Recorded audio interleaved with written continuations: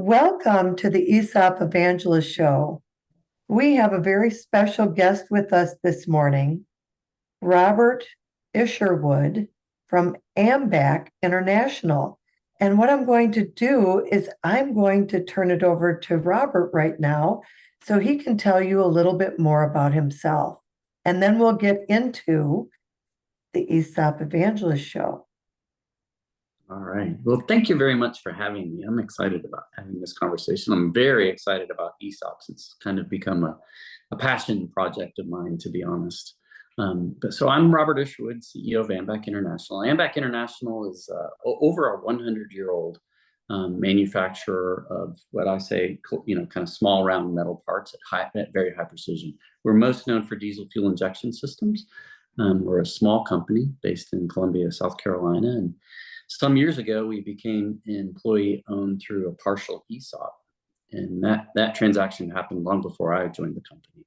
But I joined, immediately part of the reason I was enthralled with the company was a family connection to its history, but also the employee ownership, and just frankly, I fell in love with the people on the floor of the company. And since then, we've adopted the Great Game of Business as our open book management model, which dovetails very nicely with companies with a high sense of employee ownership. And I guess that's the summary. Let's talk about what's on your mind. All right, that sounds great. So you told me a little bit about how you got involved in the ESOP and everything. How long have you been an ESOP, Robert? A very good question. Approximately 1988-ish. I may have that wrong. Wow. A long time. Yeah. A long time. So your employees, now are you at this point, what percentage is your company an ESOP? It's a 30% ESOP. 30% ESOP right now. Yep. Okay. And are your employees starting to realize after this length of time value in their shares? They are. Yeah. Yep. We're starting, the evergreen nature of it, where people are realizing the benefit and new people are coming in all the time. That's where we are.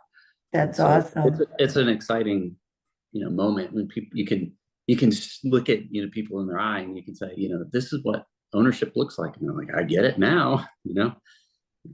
And do you see any difference in like your employee retention or using it as an employee attraction tool? Yes, and actually that brings up a really interesting point about ESOPs or other employee-owned companies in general, and that is, in my experience, ownership has to be taught. They may have the papers, and excuse me, but they don't know what that means until you teach it. Apologies, I got some allergies. No problem. So I would say in terms of employee retention and the effects on the employees and what you see in terms of the workforce in general, from the executives straight down to the new people, it's a constant process of teaching. That's where you start seeing the real value. I couldn't agree with you more. Transitioning my own company to an ESOP, I know how valuable it is to educate them on what you just did. And actually, with companies that I now educate, and if they decide to move forward with an ESOP, one of the services that I offer is employee education on the post ESOP after the closing.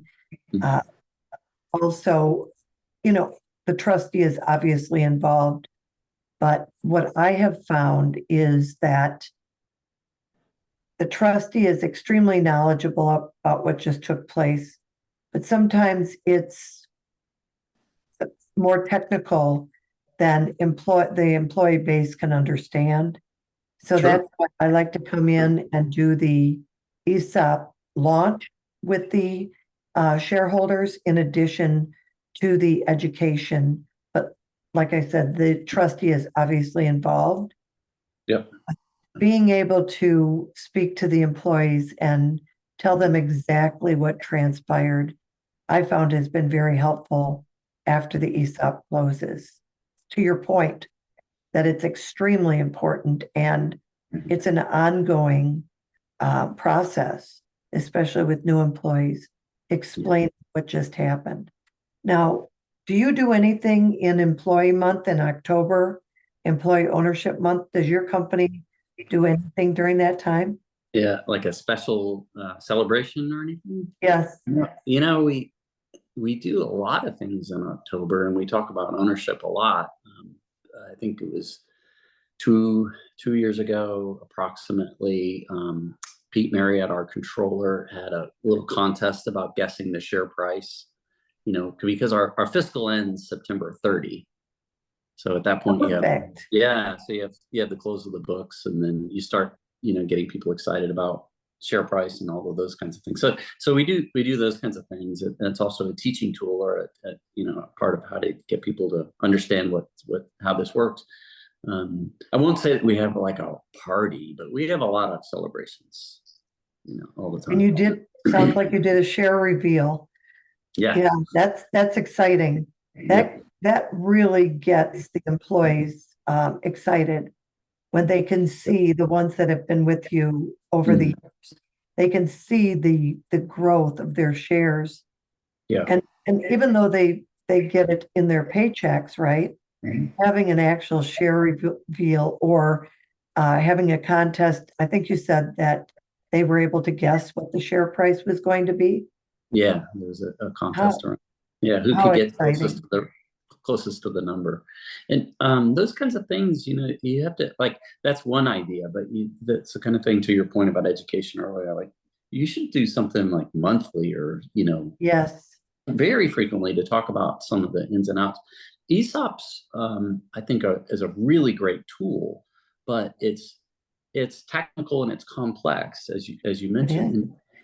And nobody knows it. Like, even in my I have a master's in business. It wasn't mentioned in the program, except maybe very briefly. So even executives and managers don't really understand it until you explain it and teach it to them, and why it matters. To your point about retention, why does it matter for a person who's been there for a very long time to invest their effort in training a new hire and making sure the new hire really gets the job? Like, why? Of course, people want to help people around them, but that's the evergreen. When you have that constant regeneration in the company of the people who are benefiting and the people who are coming in. Absolutely. Yeah. Now, how many employees do you have? Yeah, we hover right around between 45 and just over 50-ish. We've been pretty stable around that number. There's some seasonality in our business, and so depending on where we are in the cycle, it could ramp up a little bit more than that or less than that. That's what I absolutely loved about the ESOP creation, even though they have a minimum number of employees, W-2 employees, that's required, which is 15. What I loved about it was because we had a seasonal business as well, and they allow 1,000 hours annually per employee, which equates to about 20 hours a week, which is really part-time, to a business owner. But what I loved is that the 1,000 hours annually could take into consideration the seasonality of a business versus, just the 20 hours weekly. So for you and for when we had our business, it was extremely important that people that were only working seasonally were able to participate in the ESOP. That was very important to me. Sure. Yeah. And Patty, you certainly know the details a lot better than I do, to be honest, some of those things. But one of the things you point at, which I think is interesting for other people who are considering an ESOP or looking at it, is there is actually more flexibility in some of the things that you're able to do for your business and for the good of your people than people really realize. It. I've heard, just in passing, some people say, well, that's an extremely rigid model. It's actually not. It's not. Yeah.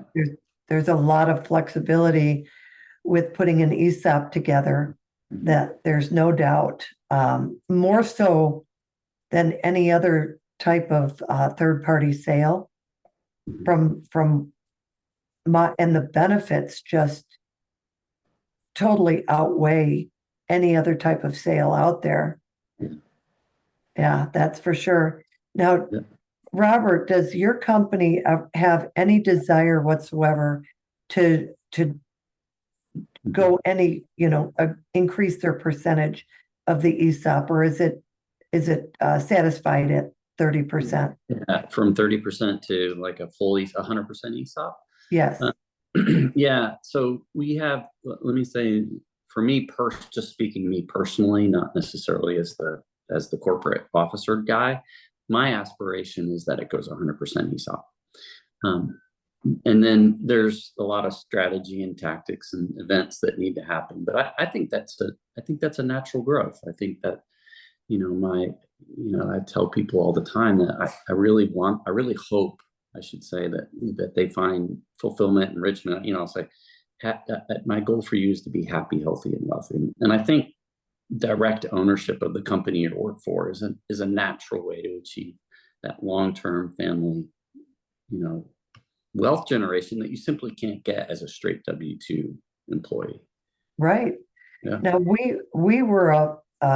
we chose to be 100% ESOP, and we did so when we found out the benefits of the 100% ownership, that if you wanted to stay on and stay in control of your company, even after you've sold all your shares, you could do that. And that was a huge benefit for all of us. Yeah. And then the tax benefits of being 100% owned by the ESOP. So that's why I had 5 other partners, and we all agreed that would be the way that we wanted to go. Yeah.